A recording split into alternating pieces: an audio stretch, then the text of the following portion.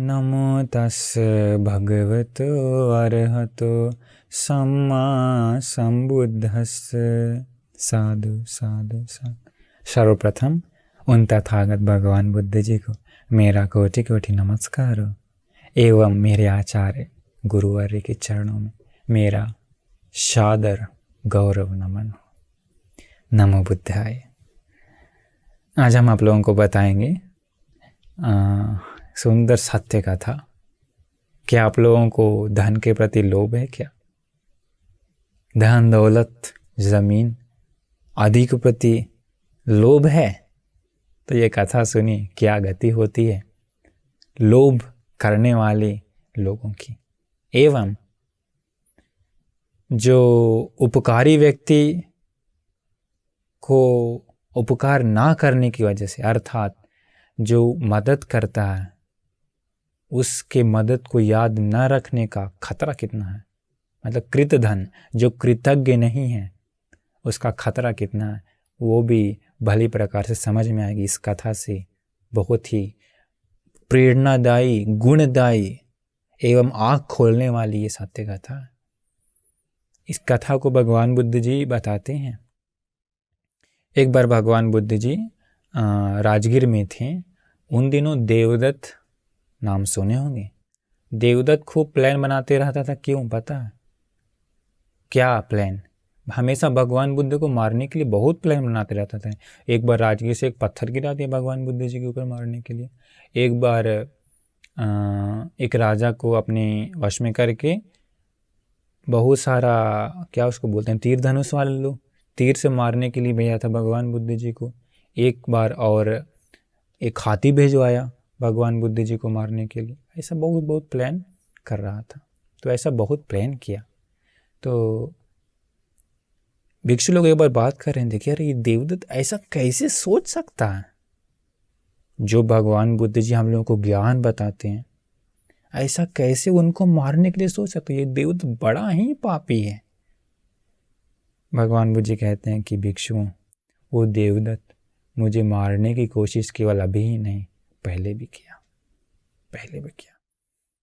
अतीत कथा बताते हैं भगवान बुद्ध जी। भगवान बुद्ध जी कहते हैं कि बहुत पहले वाराणसी में एक राजा था।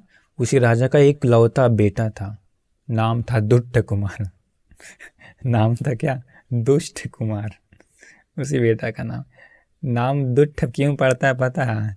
वो राजकुमार बड़ा ही दुष्ट रहता है, चंड रहता है, बड़ा ही चंड रहता है। किसी को भी बात करेगा बिना गाली से, बिना डांट के बात नहीं करता था।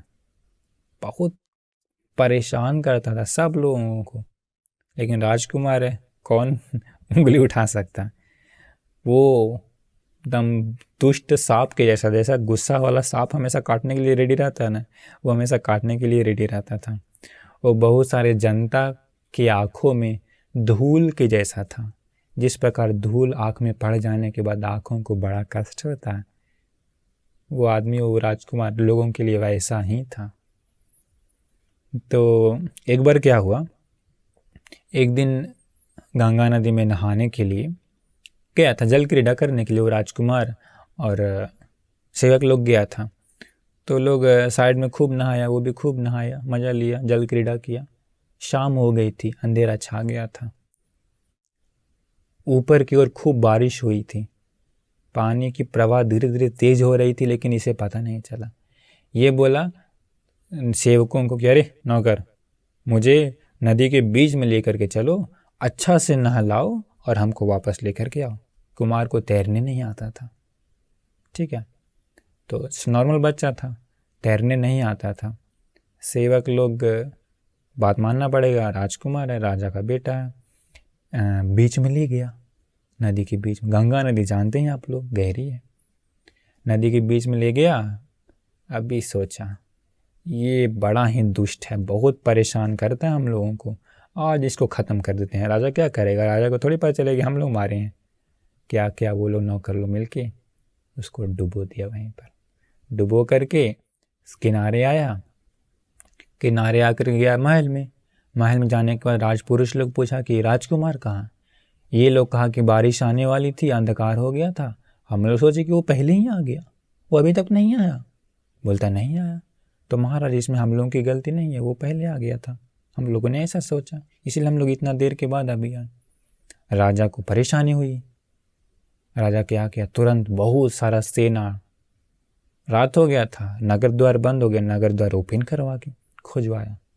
पर हुआ क्या, वो तो बेचारा, पानी का प्रवाह धीरे धीरे बढ़ गया था, वो बेचारा बह गया नदी में।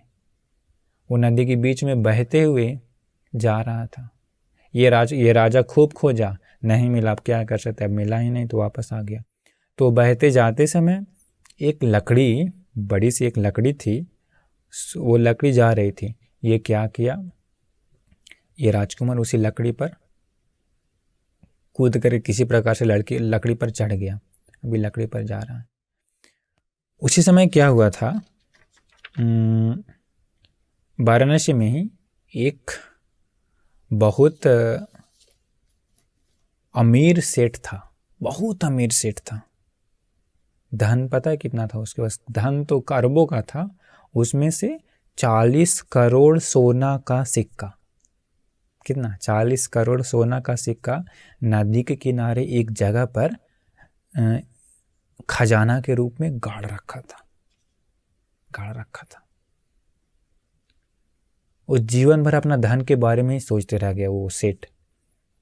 अंत समय में भी अपना धन के बारे में ही सोचते रह गया। धन के प्रति अत्यधिक लोभ होने के कारण मृत्यु हुई। मृत्यु होने के कारण पता है क्या हुआ, एक सांप बन गया। सांप बना भी तो कहाँ पर, जहां पर धन गाड़ा हुआ तो वहीं पर सांप बन गया। धन का लोभ कहाँ लेके चला गया। अभी भी बहुत लोग धन का लोभ करते हैं। हाँ, मरते अंतिम समय तक धन के बारे में सोचते रहते हैं। देखिए क्या हुआ धन का लोभ के बारे में। भगवान बुद्ध जी कहते हैं तो उसी में क्या हुआ, उसी दिन पानी बहुत जोर से आया था, बारिश हुई थी, नदी की प्रवाह बढ़ी। पानी ऊपर आने के बाद बेचारा सांप को भी बहा गया। सांप बारिश में कहाँ जाए, भटकते भटकते देखा एक लकड़ी जा रहा है, लकड़ी पर चढ़ गया। अभी कितना आदमी हो गया लकड़ी पर, 2, एक राजकुमार, 2 ठकुमार, दूसरा ये सांप। भगवान बुद्ध जी कहते हैं उसी समय वाराणसी में और एक सेठ था। उसी सेठ के पास भी करोड़ों का धन था। वो भी क्या किया था, 30 करोड़ सोना का सिक्का, पहला वाला 40, 30 करोड़ मतलब सोच रहे हैं, सोना का सिक्का खजाने का रूप में नदी के किनारे एक जगह पर गाड़ रखा था खजाने के लिए। अभी क्या करते हैं लोग, बैंक में डाल के रखते हैं, लोग मर जाते हैं, बैंक में सड़ जाता है, बहुत लोगों का राजकीय हो जाता है। तो इसका रखा था, जीवन भर अपना, बहुत लोभी था वो सेठ, दान कभी नहीं देता था। अंत समय में भी अपना धन के बारे में सोचते रह गया, मेरे पास इतना धन है, मेरे पास इतना धन है, मेरे पास ये जमीन है, इतना बंगला, इतना ये वो करके धन के बारे में लोभ करते करते करते करते मर गया। बहुत पसंद है ना धन। देखिए क्या हुआ इसको, मरने के बाद चूहा बन गया। चूहा, और कहाँ पर बना, जहाँ पर खजाना गाड़ा हुआ तो वहीं पर। उसको पूरा याद है हमारा ये खजाना है, हम उसी खजाने पर रहता, मेरा धन करते करते कोई लाभ नहीं उस चूहे क्यों। पानी जोर से आया, चूहा भी बह गया, कहाँ, नदी में। चूहा भी बेचारा किसी तरह से उसी लकड़ी पर चढ़ गया। 3 लोग हो गए। और उसी नदी किनारे एक पेड़ था, उसी पेड़ पर एक क्या उसको बोलते हैं, पैरट को क्या बोलते हैं, तोता का बच्चा था। उड़ नहीं सकता था उतना, उड़ सकता था मतलब ज़्यादा नहीं, बच्चा था। तो बहुत ज़ोर से पानी का प्रवाह आने कारण जड़ के पास से मिट्टी चला गया दह करके, पेड़ नदी में गिर गया। अभी वो बारिश में कहीं जाने का आइडिया नहीं है, उसी लकड़ी पर ये भी तोता भी जाके बैठ गया। अभी 4 लोग जा रहे हैं नदी में बहते बहते, एक राजकुमार, सांप, चूहा, तोता। हाँ, और एक कारण भूल गए बताने के लिए। तो ये जो दोनों था, सांप और कौन, ये चूहा, जो धन के लोभ में क्या हो गया, करोड़ों का धन था, मृत्यु के बाद क्या हुआ? वो धन एक भी उपकारी नहीं हुआ। अगर वही सारा धन को मनुष्य लोक में रहते समय दान दे देता तो वो सारा धन साथ में लेके जा सकता था परलोक में, परंतु धन के लोभ के कारण मृत्यु के बाद उसका जन्म वहीं हुआ। देखिए कितना खतरनाक है ये लोभ, कितना खतरनाक है। अभी कितने सारे लोग धन के बारे में हमेशा सोचते रहते हैं ना, मृत्यु के बाद अंतिम समय में भी सोचते रहते हैं कहाँ जन्म होगा। स्वर्ग कभी नहीं जा सकता, क्योंकि मन नीच में चूज में है, मन नीचे है, मन ऊपर कैसे जाएगा। भगवान बुद्ध जी के समय एक भिक्षु था, शीलवान था, पुण्यवान था, गुणवान था, शीलों का बहुत अच्छे से पालन करता था वो भिक्षु। एक बार उसी भिक्षु को एक कपड़ा मिलता है, एक वस्त्र मिलता है। वो वस्त्र मिलते समय उसके पास चीवर रहता है। वो सोचता अभी तो मेरे पास चीवर है ही, हम क्यों ज़्यादा चीवर रखेंगे। अपनी बहन को जाकर दे देता है। बहन को बोलता है बहन हम बाद में इस कपड़ा को लेंगे।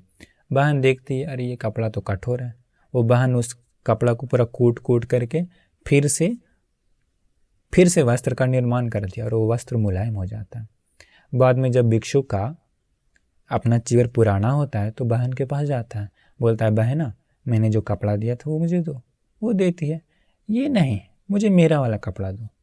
देखिए कितना अल्पेक्ष है वो, कितना संतुष्ट है वो भिक्षु, कितना गुण है।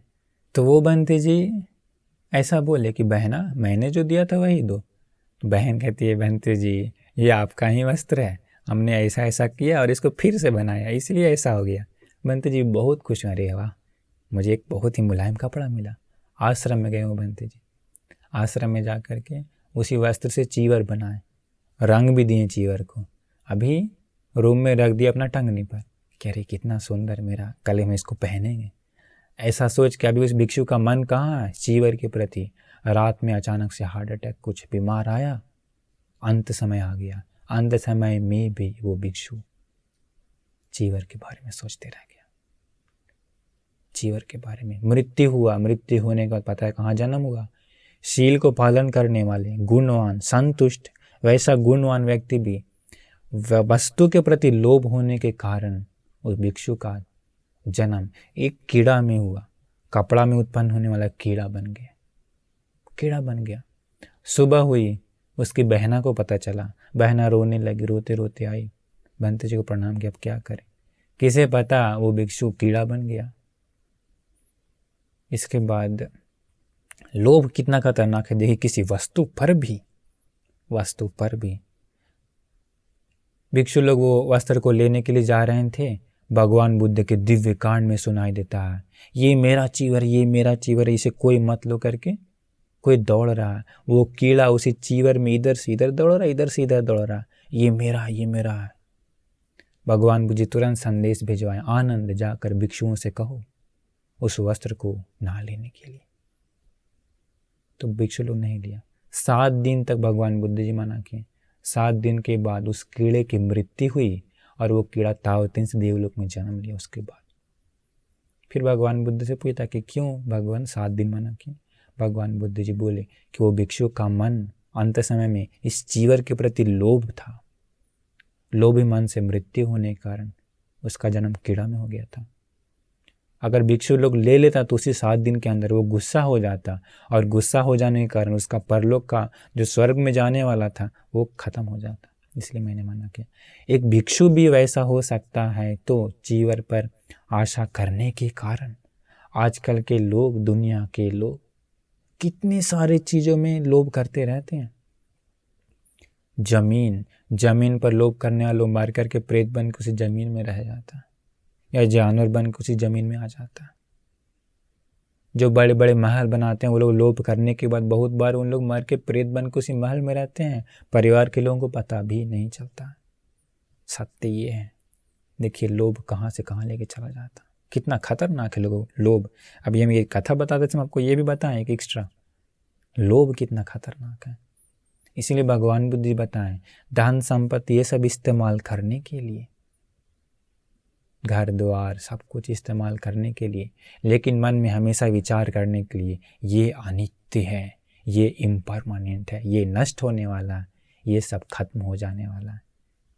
ये शरीर भी एक दिन नष्ट हो जाता है, ये धन दौलत भी नष्ट होने वाला चीज़ है। ऐसा हमेशा मन में विचार करके इस्तेमाल करने के लिए बताएं, तब मन डिटैच रहता है, बंधित नहीं रहता। उस प्रकार से यूज करने के लिए बताएं। देखिए कितना खतरनाक ये बंधन। शरीर के प्रति भी लोभ करेंगे तब भी खतरा है। शरीर के प्रति एक सत्य घटना बताते हैं श्रीलंका की। हमारे गुरुजी ने बताया था मुझे, एक आदमी था नारियल तोड़ने वाला, उसका काम था नारियल तोड़ने का। तो एक बड़ा घर था, उसी बड़ा घर के सामने ये बड़ा सा बगीचा था, उसी में नारियल का बहुत सारा पेड़ था। तो एक आदमी नारियल तोड़ता था। उसी घर में एक जवान लड़की रहती थी, सुंदर लड़की थी, तरुण थी, ज़्यादा 18-20 साल होगा, मतलब 20-18, जवान लड़की थी। ये लड़का जो नारियल तोड़ता था, उस लड़की को देखा। लड़की को देखने के बाद मन ही मन इसके मन में उसी लड़की से प्यार हो गया। मन ही मन उसी लड़की को चाहने लगा। मन ही मन उसी लड़की के प्रति गलत गलत विचार जगाता है, बहुत मन में बहुत काम वासना जगाने लगा। किसके प्रति? उस लड़की के प्रति। अभी हमेशा उस लड़की के प्रति ही सोचते रहता है। मन में क्या है? अभी एक रूप के प्रति लोभ है, रूप के प्रति लोभ है।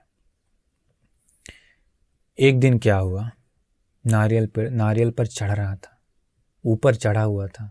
उसी समय वो लड़की घर के बाहर जो वेरेंडा रहता ना, उधर थी, देख रही थी। लड़की को पता नहीं कि मुझे कोई प्यार भी करता है, कोई मेरे ऊपर बंधित भी है। लड़का ऊपर चढ़ते समय उसी लड़की की ओर देख रहा था और खूब मन ही मन गलत गलत विचार भी जगा रहा था। पैर फिसला, वो आदमी गिर गया नीचे, आदमी मर गया। मरते समय क्या उसका विचार चल रहा है? एक स्त्री के प्रति लोभ, एक स्त्री के प्रति लोभ। भगवान बुद्ध जी बताए हैं कि जब मन में लोभ है उसी समय मृत्यु हुआ तो उसका जन्म खतरनाक जगह पर होता है, दुर्गति में होता है। क्रोध है तो उस समय क्रोध से जलते जलते रह रहा है तो मृत्यु हो गया तो उस समय उसका जन्म खतरनाक जगह पर होता है। वो व्यक्ति लोभ काम वासना में जलते जलते मर गया, अंत समय में मृत्यु हुआ। पता है कहाँ जन्म हुआ? जिस चीज के प्रति चाह थी वहीं जन्म हुआ। उसी लड़की के शरीर में, उसी के पेट में जोक के रूप में जन्म लिया। विश्वास नहीं होगा, जोक के रूप में जन्म लिया। आगे बताएंगे, देखिए कैसे सही पता चला। जोक, इसके बाद लड़की जब टॉयलेट जाती है तो बाहर निकलता है, मर जाता है, फिर जन्म लेता है। कहाँ? पेट में। 999 बार, 900 या 500 मेरे याद से, नहीं 500 बार उसी लड़की के पेट में जोक बनते रह गया और बार बार निकलता है, बार बार मर जाता है। अंतिम बार मर के पता क्या हुआ? प्रेत लोक में गया, प्रेत बन करके उसी लड़की के शरीर में घुस गया। अभी लड़की के शरीर में घुसने के बाद लड़की को हमेशा पेट दर्द रहता है। बहुत दवा खाई, ठीक नहीं हुआ, बहुत दवा खाई, ठीक नहीं हुआ। बाद में किसी तरह से एक ओझा के पास जाती है, फिर वो पता चलता है वो शरीर में जो प्रेत रहता है ना, वो वापस वो बोलने लगता, बात करने लगता। फिर पूछता है वो आदमी कि तुम कौन हो? तो बोलता है हम इसको प्रेम करने वाला, नाम बताते हैं, फलना आदमी है। तुम कैसे इसके शरीर में आया? वो पूरा घटना बताया। हम नारियल तोड़ते थे, हमें इससे प्यार हो गया। एक दिन चढ़ते समय मेरा पैर फिसल गया, हम गिर गए। उसी समय हम इसके बारे में सोच रहे थे, हम इसको प्यार करते हैं, हम इतना बार ऐसे जोग जन्म लिए, इसका अभी हम प्रेत बन गए, हम इसको नहीं छोड़ेंगे, हम इसको प्यार करते हैं। देखिए क्या हुआ, प्यार के चक्कर में लड़की को भी पूरा बीमार कर दिया। बीमार भी ठीक नहीं होता, दवा खाने से कोई फायदा नहीं होगा जब तक वो शरीर में है। बहुत समय तक दुख भोगा। बाद में फिर यही बात हमारे गुरु जी को बताता है, गुरु बनते जी हम लोगों को बताते हैं कैसा है। जहाँ प्यार किया, जहाँ लोभ था, वहीं जन्म लेता। पर कैसा रूप में? जान प्रीत रूप में। सोचिए अभी कितना खतरनाक है, ये सोचने में भी डर लगता है, कितना खतरनाक है। अभी ये लोग जहाँ इच्छा रखते हैं, जहाँ लोभ रखते हैं, वहीं जन्म होगा, वहीं होगा। सत्य यही है, माने या ना माने। तो लोभ करते हैं धन पर, तो उसी लोभ को दूर करिए, इस्तेमाल करिए हमेशा अनित्य मन से कि ये नष्ट होने वाला, इस्तेमाल करिए। जैसे कमल के पत्ते पर पानी रहता है, कमल के पत्ते पर पानी है पर कमल के पत्ते से चिपकता नहीं है, हटाते के साथ तुरंत पानी लुढ़क कर चल जाती है। उसी प्रकार मरने दम तक इस्तेमाल करिए धन दौलत को, दान में रख दीजिए, पर हमेशा याद रखिए ये सब छोड़ के जाना पड़ेगा, ये सब अनित्य है। ऐसा रोज सोचिए। रोज सोचने से क्या होगा, उसी धन के प्रति लोभ नहीं आएगा, मन हमेशा अनासक्त रहेगा, डिटैच रहेगा, नहीं तो खतरा है। आइए अभी पुराने घटना पर जो बता रहे थे, तो 4 लोग नदी में बहते बहते जा रहा है। अभी वो दुष्ट कुमार जो था रो रहा है, चिल्ला रहा है, बचाओ बचाओ बचाओ करके। उसी समय हमारे बोधिसत्व भगवान बुद्ध का पूर्व जन्म ब्राह्मण कुल में जन्म लिए थे, घर द्वार छोड़ करके ब्रह्मचर्य पालन करने वाले तपस्वी बन गए। उसी नदी, गंगा नदी के किनारे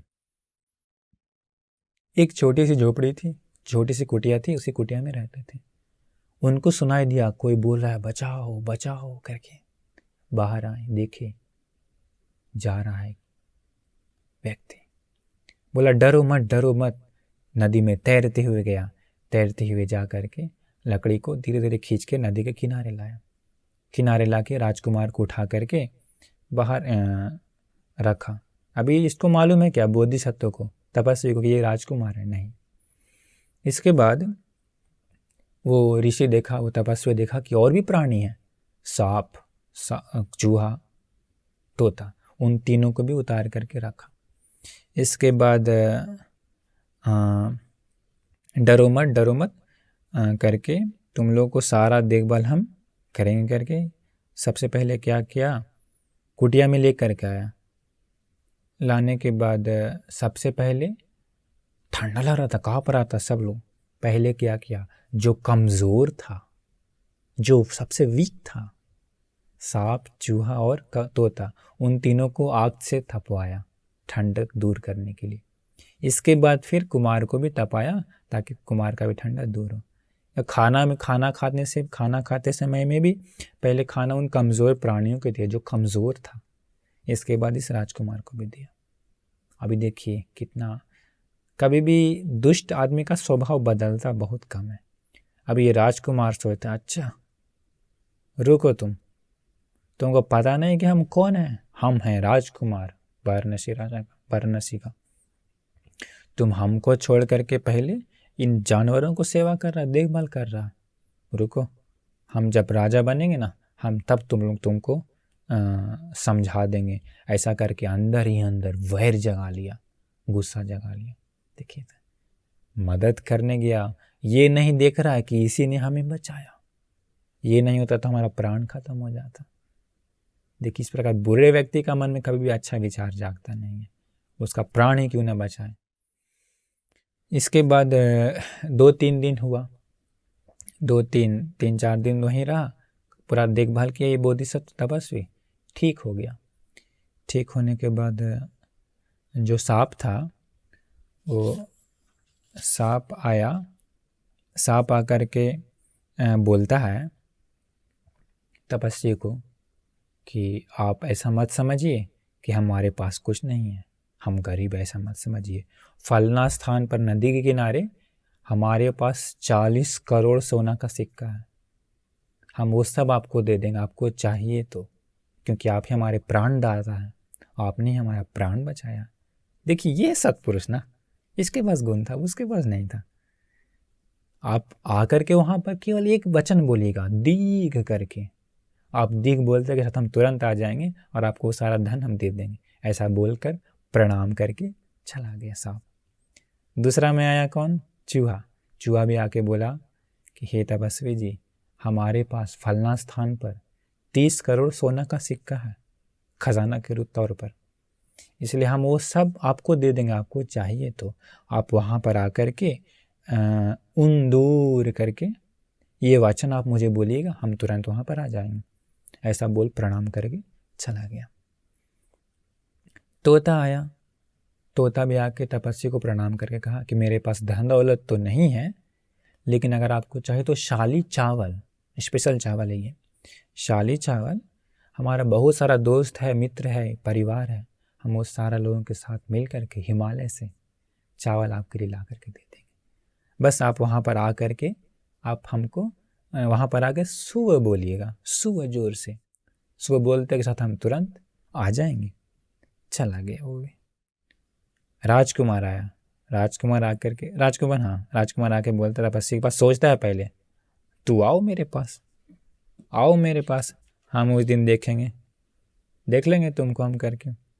ऐसा सोच बोलता है कि हे स्वामी, हे तपस्वी जी, हम राजकुमार हैं, हम जब राजा बनेंगे तो आप उधर आइएगा, हम पूरा आपको सेवा करेंगे। ऐसा बोल राजकुमार चला गया।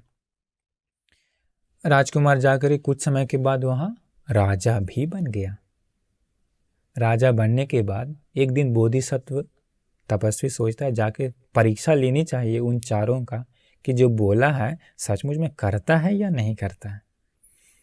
सबसे पहले ये तपस्वी जी किसके पास गया? सांप के पास। दीघ बोला जोर से, तुरंत सांप आ गया। आकर के कहा कि पहले प्रणाम किया, प्रणाम कर कहा कि यहीं पर वो सारा धन जमा है, 40 करोड़, आपको चाहिए तो सब लेके चले जाएं। तपस्वी जी कहते हैं नहीं नहीं, अभी ज़रूरत नहीं है, जब ज़रूरत होगी तो मैं लेकर जाऊंगा। परीक्षा में वो सफल हुआ। साहब आगे गया, चूहा के पास जा कर के, जहाँ चूहा का जगह था वहाँ जाके कहता जोर से उंदूर करके।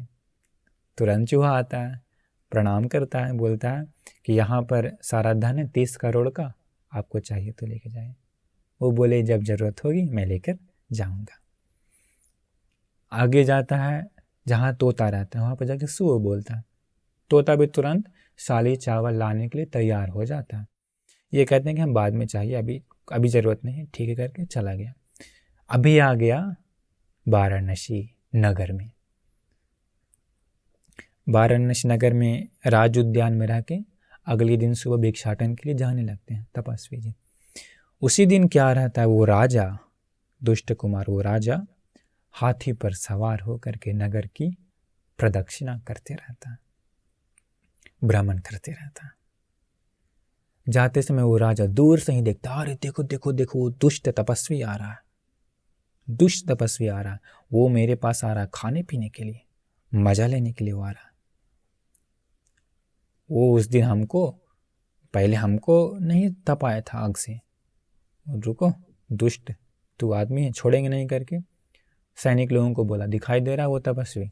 हाँ, वो दुष्ट है, वो महापापी है, बड़ा ही कुटिल है वो, उसे मेरे सामने आने मत देना, मुझे देखने मत देना। जाओ जाके उसका दोनों हाथ बांध करके पीछे से ढोल बजाते हुए गली गली में ले जा करके अंत में दक्षिण द्वार पर जाके उसका गला खत्म कर दो, काट दो, और शूल पर बिठा देना उसका, इस बॉडी को गला काट के। देखिए कितना पापी है ना, जो मदद किया, जो प्राण बचाया, उसी को मारने के लिए ऑर्डर दे दिया। कितना दुर्गुण है इस राजा में ना। तो तपस्वी को बांध दिया गया, ढोल बजाते बजाते लेकर के जाया जा रहा, मारते हुए, पीछे से पीटते हुए। वो तपस्वी जी कुछ भी नहीं कहता, केवल एक बात ही कह रहा है, पता है क्या? वो ऐसा गाथा कहते जाता है कि इस दुनिया में ज्ञानियों ने सत्य ही कहा है कि बहती हुई लकड़ी को, नदी में बहती हुई लकड़ी को निकाल देना चाहिए, परंतु जो किया हुआ उपकार को याद नहीं रखता है, कृतधन व्यक्ति को कभी भी उसी नदी से नहीं निकालना चाहिए। वैसा पापी कृतधन को, जो किया हुआ उपकार को याद ना रखता, वैसा व्यक्ति को नदी से ना निकालना ही उत्तम है, लकड़ी को निकाल लेना उत्तम। ऐसा क्यों? अभी ये ऐसा ही कहते जा रहा है, एक ही यही गाथा बार बार कहते जा रहा, लकड़ी निकालना उत्तम है लेकिन पापी व्यक्ति को निकालना उत्तम नहीं है। तो उसी रास्ते में बुद्धिमान लोग भी था, उन लोग सोचने लगा कि अरे ये ऐसा ही क्यों बोल रहा है बार बार लगातार, कुछ ना कुछ अर्थ होगा। पूछा आदमी लोग मिल करके, तुम ऐसा क्यों बोल रहा, क्या तुमने राजा को कोई मदद किया है क्या? तपस्वी जी ने पूरा घटना शुरू से अंत तक बता दिया। ऐसे वो बहते जा रहा था, ऐसे मैंने बचाया, ऐसे मैंने ठीक किया, ऐसे मैंने उतना दिन सेवा किया। आदमी लोग ये पूरा घटना सुनने के बाद सब लोग बहुत क्रोधित हो गया कि अरे इतना अच्छा व्यक्ति, ऐसा सत्पुरुष व्यक्ति को ऐसा कर रहा है ये राजा बड़ा ही दुष्ट है, ऐसा राजा हम लोगों को नहीं चाहिए। ऐसा करके जनता लोग मिल करके हाथी पर जब बैठे हुए था, हाथी पर ही मार दिया उसको, राजा को खत्म कर दिया हाथी पर ही सब मिल करके, और इस तपस्वी जी को राजा बना दिया। तपस्वी जी को राजा बना दिया।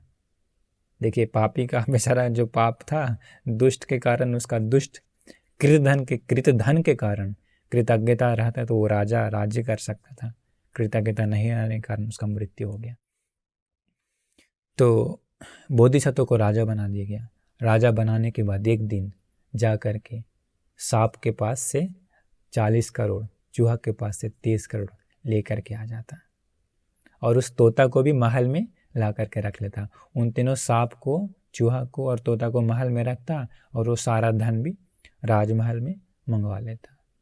तो इस प्रकार वो राजा धार्मिक ढंग से पुण्य करते हुए जीवन बिताता। इस जीवन बिता के अंत में कर्म के अनुसार परलोक जाता। तो भगवान बुद्ध जी कहते हैं कि वो जो दुष्ट को मार था वो उस जन्म में देवदत्त था, मारने का प्लान ही था, लेकिन जो वो बोधिसत्व तपस्वी थे वो भगवान बुद्ध जी थे। तो भगवान बुद्ध जी कहते हैं इस प्रकार देवदत्त जो था पहले भी मुझे मारने का ही प्लान करते रह गया। तो इस प्रकार ये कथा आपको बताएं, ये जातक कथा। इसी जातक कथा का नाम है सच्चंकिर जातक है। तो इस कथा से बहुत चीज़ सीखने को मिलता है कि यह उपकार को याद रखने वाला व्यक्ति उत्तम होता है। जो कि यह उपकार को याद नहीं रखता वो लोग उत्तम नहीं है, वो लोग नीच है। धन पर लोभ रखना कितना खतरनाक है, इसमें सीख गए। धन दौलत पर, किसी भी चीज़ पर लोभ रखना कितना खतरनाक है। कि यह उपकार को याद रखने वाला व्यक्ति भी बहुत कम है। सांप और चूहा जो था कि यह उपकार को याद रखने वाला था, वो लोग सत्पुरुष होता। किसी कारणवश सब लोग चल तो गया उसी लोक में, पर उन लोगों के पास गुण था। तो इसलिए हम सभी लोगों को भी इस धर्म सुन करके हम सभी लोगों को भी सत्पुरुष बनने का, कृतज्ञ व्यक्ति बनने का, किसी भी चीज़ पर आसक्त ना होने का, धन दौलत पर लोभ ना करने का भाग्य मिले। हम सभी लोगों को भी उत्तम निर्वाण को, उत्तम मुक्ति को साक्षात करने का भाग्य मिल जाए। नमो बुद्धाय।